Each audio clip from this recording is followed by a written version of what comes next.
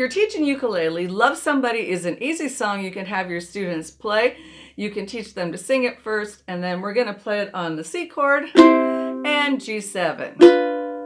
We're going to play each of them 2 times until we get to the last line. So it'll be, love somebody, yes I do. Love somebody, yes I do. Love somebody, yes I do. And then the last line, it's going to switch on one beat.